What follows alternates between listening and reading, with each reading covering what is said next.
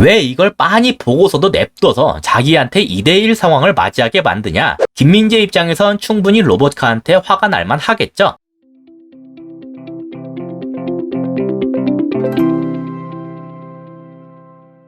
안녕하세요. 축구 보는 기자 축복입니다. 나폴리가 AC 밀란에게 2대1 승리를 거뒀는데요. 지난 경기에 이어서 이번에도 김민재의 뛰어난 수비 스킬이 자주 나왔어요. 그래서 김민재에 대한 찬사가 나오는 것은 자연스러운 일이긴 한데 저는 저번과 마찬가지로 이번에도 팀 나폴리의 수비에 대해 우려가 먼저였습니다. 나폴리는 기본 4-2-3-1 포메이션이지만 수비 시에는 4-5-1처럼 변화한다. 레인저스전에서 이미 다뤘던 내용이죠. 이렇게 4-5-1 형태로 두니까 최전방에 한 명밖에 남지를 않게 됐고 그래서 상대 최후방에 대한 압박이 제대로 이뤄지긴 힘든 구조가 됐는데요. 대신에 다른 지역에서는 많은 숫자를 확보할 수가 있었어요. 측면에도 둘씩 있고 중앙에도 총 3명이나 있는 상태죠. 여기에서 나폴리의 문제는 바로 이 중앙 쪽이었습니다. 중원에 3명이나 있는데도 나폴리는 이 지역에서의 수비 행위가 제대로 이뤄지질 않았거든요. 조금 더 정확하게는 이렇게 중앙으로 들어오는 패스를 끊지 못한다는 게 컸는데요. 이러니까 수비 라인과 중미 라인 사이의 공간, 여길 포켓이라고 부르는데 이 지역을 너무 쉽게 내주곤 했습니다. 그리고 여기로 일단 패스가 들어가면 어떻게 되냐? 최소한 중미 라인의 선수들이 복귀할 수 있을 때까지 이 센터백들이 튀어나와서 수비를 할 수밖에 없게 됐어요. 하지만 그러면서 자연스럽게 최후방 라인에도 순간적으로 공간이 발생하게 됐고 여기를 공략당하면서 수비가 무너지는 그런 그림이 꽤 자주 나왔는데요. 실점 장면에서도 마찬가지였습니다. 토모리가 디아스에게 볼을 넘기는 중인데요. 시메오네 혼자서 후방에 있는 이 3명을 모조리 잡는 건 불가능한 일이었고 그래서 열심히 따라가기는 했지만 이 볼이 방출되는 것을 막아내진 못했습니다. 문제는 이제 그 볼을 받는 디아스를 잡아줄 수가 있느냐인데 보시다시피 일단 그 패스키를 끊어줄 수 있는 사람이 없죠. 그래서 이게 너무 쉽게 연결됐어요. 제르비는 테오를 보느라 측면으로 향하고 있고 앙귀사는 너무 중앙에 있었기 때문입니다. 그리고 디아스가 이걸 케텔라레한테 넘기면서 순식간에 아까 말씀드린 그 포켓을 공략당하게 되는데요.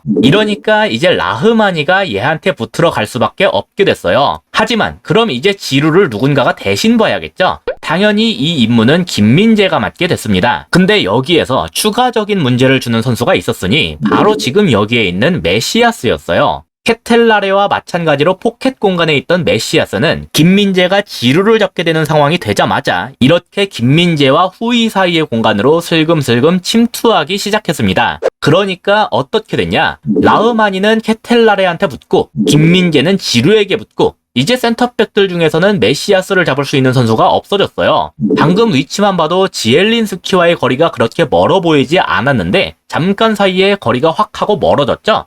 김민재는 지루를 봐야 하기 때문에 일단은 메시아스의 침투를 볼 겨를이 없는 상황입니다. 그렇다고 그럼 후이가 이걸 온전하게 막아줄 수가 있냐? 사실 그것도 그렇게 쉽지는 않은 일이었어요. 메시아스의 위치가 보다 중앙에 가까웠기 때문에 측면에 있던 후이가 확실하게 잡아주려면 시간이 조금 필요했거든요. 하지만 밀란이 대응할 시간을 거의 주지 않았습니다. 일단 케텔라레는 이렇게 테오한테 넘겼는데요. 중앙에 있던 볼이 완전히 측면으로 빠진 셈이죠. 이제 저기서는 어차피 슈팅을 못 때리니까 결국은 다시 중앙으로 볼을 투입하게 될 텐데 앞불싸 메시아스가 엄청난 속도로 위험 지역으로 달려오고 있는 중이에요. 이러니까 김민재는 방금까지 자신이 잡고 있던 지루를 버리고 수비 대상을 메시아스로 바꿨습니다. 지루는 상대적으로 자기보다 뒤에 있죠. 그러니까 일단 메시아스보단 그 위협도가 떨어졌어요. 볼이 투입되기도 힘들 뿐더러 자기보다 뒤에 있는 누군가, 예를 들면 로봇카나 라흐마니 같은 선수가 대신 잡아줄 거라 기대할 수도 있었거든요. 실제로 메시아스가 마지막에 있던 자리를 보면 김민재의 판단은 틀렸다고 보기 힘들었습니다. 만약에 테오가 메시아스한테 넘겼다면 그보다 뒤에 있는 후이가 이 패스키를 차단할 수는 없었을 거예요.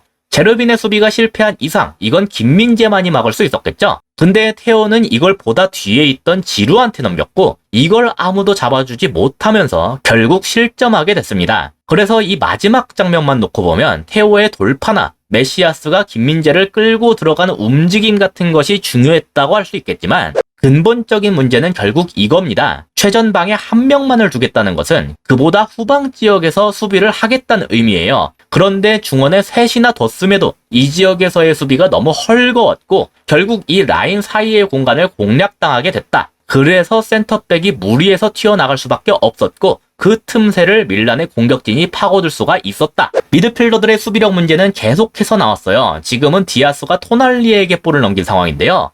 보시면 김민재는 메시아스를 잡고 있는 중이죠. 근데 지금의 모습으로만 보면 별 문제가 없어 보입니다. 하지만 여기에서 토날리가 케텔라레한테 볼을 보내면서 갑작스럽게 문제가 생겼어요. 일단 제르빈이 못 막은 것도 아쉽긴 한데 그 이후에 다른 선수의 움직임이 더 심각했는데요. 일단 케텔라레는 라흐마니와 디로렌초가 잡아줄 수가 있는 그림이죠. 그리고 지금 상태대로라면 얘가 볼을 받는다고 해도 줄 데가 메시아스밖에 없는데 얘는 김민재가 확실하게 잡고 있는 중이라 괜찮습니다. 그럼 뭐가 문제였냐? 바로 지금 여기에 있는 지루가 이렇게 움직였다는 거예요. 그리고 이거를 아무도 잡아주질 않았단 겁니다. 그러니까 케텔라레가 굳이 지금 김민재가 붙잡고 있는 메시아스한테 줄 필요가 없겠죠? 떡하니 넓게 공간을 확보하고 있는 지루가 있으니까 바로 얘한테 넘겼어요. 그래서 아까 장면 빼놓고 이 장면만 놓고 보면 마치 김민재가 지루에 대한 마크를 놓쳐서 공간을 내준 것처럼 보일 정도인데 오히려 김민재 입장에선 그렇지가 못했습니다.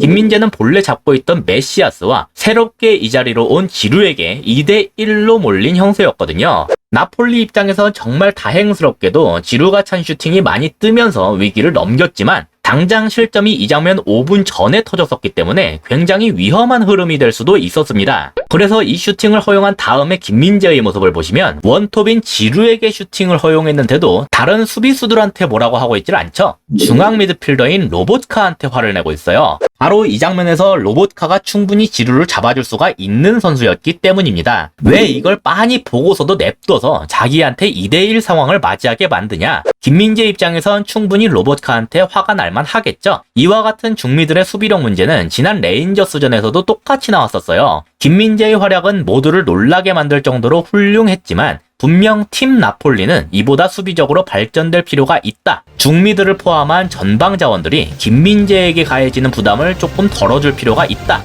그게 제 생각입니다. 이상으로 오늘의 영상을 마치도록 하겠습니다. 시청해주셔서 감사합니다.